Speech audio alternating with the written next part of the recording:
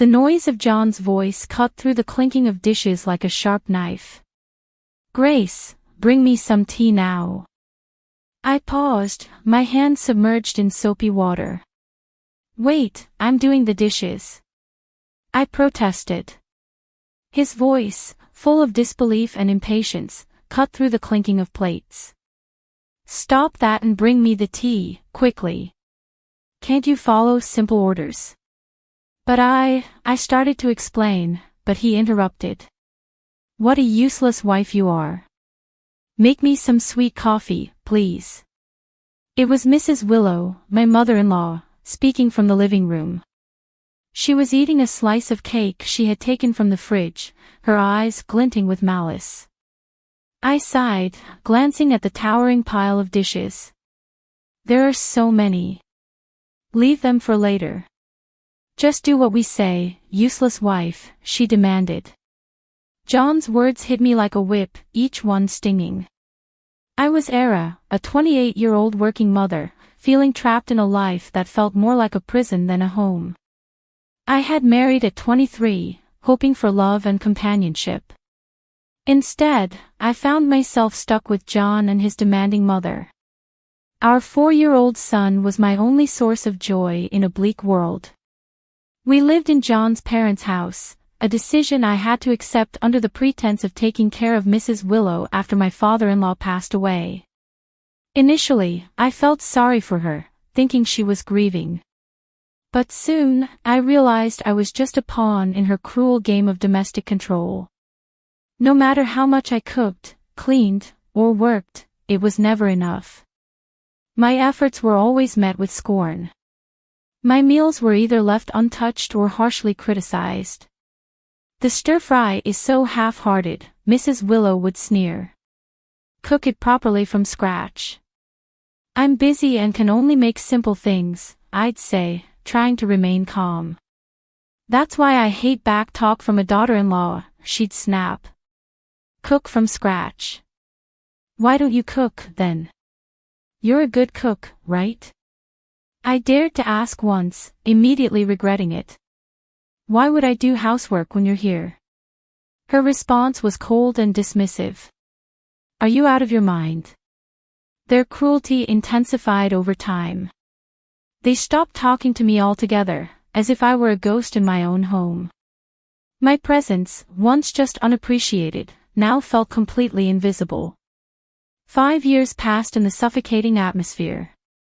John and I turned 35 and 33, respectively. Our son grew up, but the heavy atmosphere in the house didn't change. My mother-in-law, now 63, seemed to revel in my unhappiness. One evening, as I walked home from work, a heavy realization sank in. My life seemed meaningless to them. I was like a shadow, unnoticed and ignored. The only person who seemed to see me was my son. The idea of losing even that little bit of recognition was too much to bear. When I got home, I started cooking right away, trying to push away the sadness. I made mapo tofu, fried chicken, and a stir-fry with bell peppers and pork, hoping to make our dinner feel normal. "Bring me the mayo," John suddenly commanded, breaking his long silence. "Sure, here you are," I replied, handing him the mayonnaise. His first words to me in ages weren't thankful or conversational, just another command. It was too much, the final straw. I couldn't tolerate it anymore. The evening worsened when Mrs. Willow said, "Clean the toilet." "What, right now?" I couldn't believe it. "Yes, right now," she insisted, her voice full of bitterness. I couldn't hold back my frustration. "Don't say such things while we're eating. It's disgusting, just like your heart," she hissed. Our argument quickly escalated, with John joining in and demanding that I apologize to his mother. But I stood my ground for the first time in years. The conflict reached its peak, and I made a decision. I needed to get out of this toxic situation for my son's sake as well as my own. I went to my room, determined. I downloaded the divorce papers, filled them out, and handed them to John.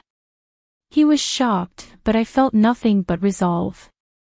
I'm filing these, I said firmly. As I faced my husband's surprised expression, I realized I had finally stepped out of the shadows. It was time to take control of my life. In the days after I declared my intention to divorce, there were a lot of angry looks and hurtful words. But in the midst of it all, I felt a strange sense of freedom. One evening, as I served dinner, Mrs. Willow looked at the meal with disgust. "You call this food? Even a child cooks better," she sneered. I held back my frustration, focusing on my son's smile. "Eat up, sweetheart. I made your favorite tonight."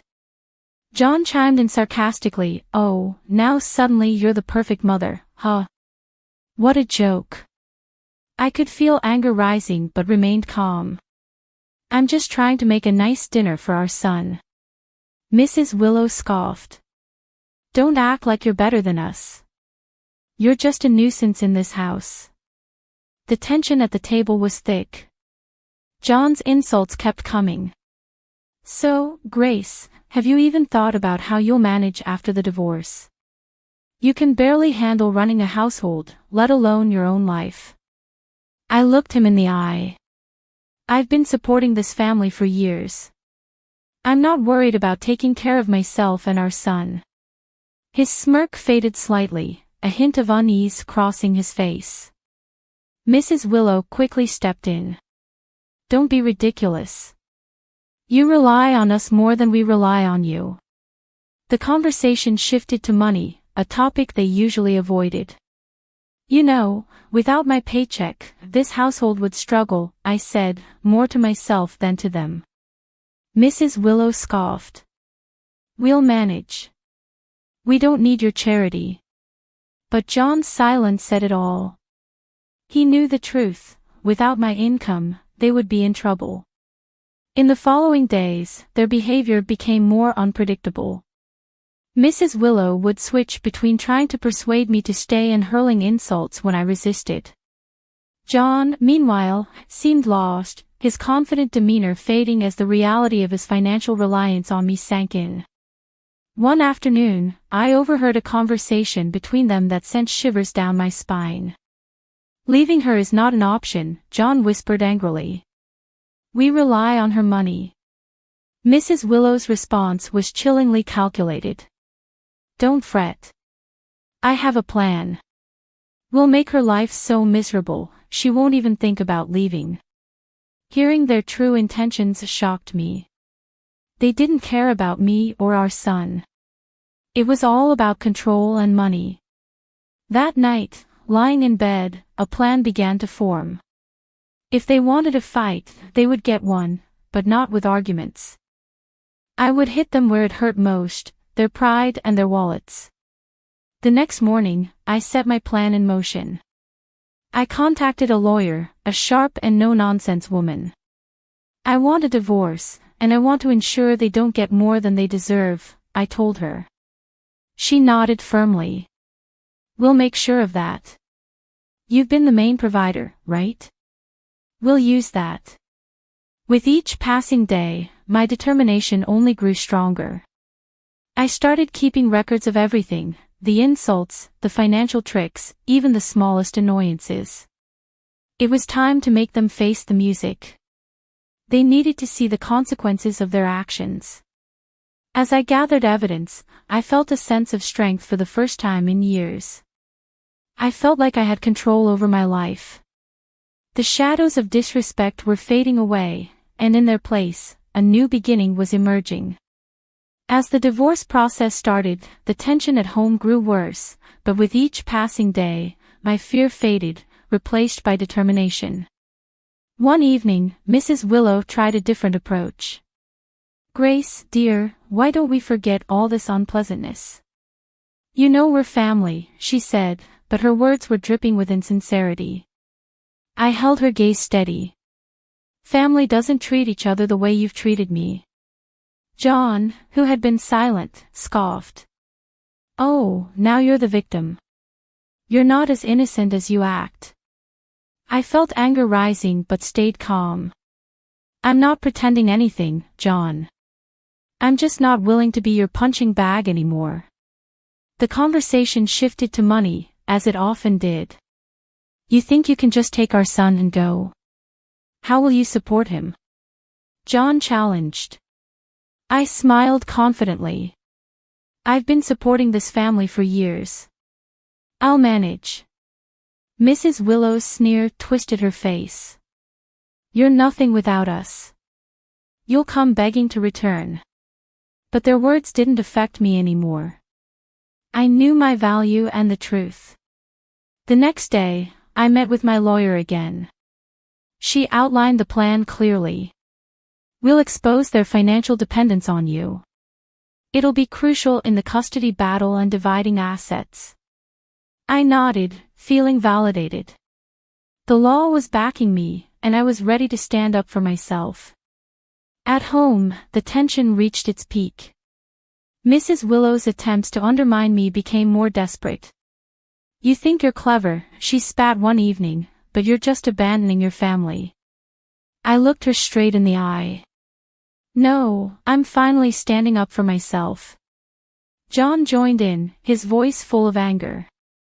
You'll regret this. You can't survive without me. But I wasn't afraid of his threats anymore. As days passed, I prepared for the court battle. I gathered financial documents, recorded their hurtful words, and collected evidence of their neglect. One afternoon, as I sorted through my papers, my son came to me. Mom, are we going to be okay? His voice was small and uncertain. I pulled him close, feeling a surge of protectiveness. Yes, sweetheart, we're going to be just fine. We're leaving this place and starting a new, happy life. Just you and me. His arms tightened around me, and in that moment, I felt a newfound strength and clarity about the future. I knew I was doing the right thing. I was fighting for my son's future, not just for myself. The day of the court hearing approached, bringing a sense of impending freedom. I was ready to confront John and Mrs. Willow, to put an end to their control and abuse. I was ready to take back my life and give my son the peace and happiness he deserved. It was time for justice, and I was determined to see it through. The day of the court hearing arrived, a day I had been dreading yet eagerly awaiting. Sitting across from John and Mrs. Willow in the courtroom, I felt a surreal mix of emotions. This was the moment of change. The proceedings began formally, with John's lawyer painting him as a devoted husband and father unfairly accused. Mrs. Willow portrayed herself as a grieving mother-in-law mistreated by an ungrateful daughter-in-law. But their act was transparent, their lies were obvious. When it was my turn to speak, I spoke clearly, my voice steady. I have been the only one working to support this family for years. My husband's unemployment and his mother's manipulation have caused constant strain. John interrupted, pretending to be hurt. Grace, how can you say these things? I turned to him, my gaze firm. Support isn't just words, John. It's about actions, and your actions have been selfish and cruel. The judge listened as I presented my evidence, financial documents, recordings of their verbal abuse, and testimonies from neighbors who had witnessed their behavior. The truth was clear. As the evidence piled up, John's facade crumbled. Mrs. Willow's calm demeanor cracked, revealing her true nature. The courtroom fell silent, tension thick in the air. Then came the bombshell that sealed their fate. My lawyer presented evidence, photographs and documents proving John's infidelity in Mrs. Willow's affair with a neighbor, Mr. Harwood. The courtroom buzzed as the images were shown, revealing their deceit for all to see. John paled, his eyes wide with shock. Mrs. Willow's anger twisted her expression, her hands shaking. You violated our privacy, she shrieked, her voice piercing. I met her gaze calmly. No, I exposed the truth, a truth you both tried to hide for too long. The judge called for order, but the damage was done. Their credibility crumbled, their lies laid bare. As the hearing ended, the judge's decision was clear. I was granted full custody of our son, and assets were divided fairly. John and Mrs. Willow were left with nothing but their ruined reputations. Walking out of the courtroom, I felt like a burden had been lifted. The years of manipulation and abuse were finally behind me. I had stood up to them and won. But the best moment was when my son ran into my arms outside, his face beaming with relief. "We did it, Ma," he said happily. "Yes, we did," I replied, hugging him tightly. "We're free now. This is just the beginning for us." As we walked away together, I knew this victory wasn't just for me. It was for anyone who's ever felt small or powerless. It was for truth and fairness. It was the start of a new chapter, one filled with hope and a better future. The aftermath of the court ruling was swift and chaotic. News of John and Mrs. Willow's deceit spread quickly, staining their reputations in our small community. They could no longer hide behind their facade of respectability. In the days following the verdict, I focused on rebuilding my life for my son, but I couldn't ignore the satisfaction of knowing they were facing the consequences. One evening, while preparing dinner, I had an unexpected visitor, Mrs. Harwood, Mr. Harwood's wife. Her eyes filled with tears. "Grace, I heard everything. I can't believe what Sylvia, Mrs. Willow, did," she said, her voice trembling with pain. I invited her in, offering a cup of tea. As we sat at the kitchen table, she poured out her heart. I trusted her as a neighbor, as a friend, and to think she was having an affair with my husband. I listened, offering comfort. It was clear Mrs. Willow's actions had caused more damage than she anticipated. The next day, I ran into John in town. He looked defeated, a shadow of his former self, his arrogance gone. I paused, facing him. "What's left to say, John?" He shifted uncomfortably, avoiding my gaze. "I'm sorry for everything. I didn't realize how much I relied on you, on your strength." His belated apology marked a shift in power. He had lost everything, his pride, his home, his family. In that loss, he finally acknowledged his mistakes. But it was Mrs. Willow who faced the harshest consequences. Her affair with Mr. Harwood had not only tarnished her reputation but also led to legal troubles. Mrs. Harwood had filed for divorce and was suing her for alienation of affection. I heard about Mrs. Willow's downfall through whispers and rumors from neighbors, painting a picture of a woman brought down by her own actions. She became an outcast, rejected by those she once called friends. One afternoon, I spotted her at the grocery store, her demeanor defeated as she hurried through the aisles. Our paths crossed, and our eyes met briefly. The resentment and defeat in her gaze were clear. "You did this to me," she muttered as she passed by. I watched her go, feeling a mix of pity and vindication. "No, Sylvia, you did this to yourself," I whispered to myself. The tables had turned, and the consequences of their choices were now unavoidable. John and Mrs. Willow were facing the repercussions of their years of deceit and manipulation. As I saw them struggle, I understood that the greatest revenge was living well, free from their toxicity. Refocusing on my son and our new life, I realized this wasn't just about revenge, it was about freedom. It was about breaking away from abuse and control. Looking ahead, I knew the best was yet to come.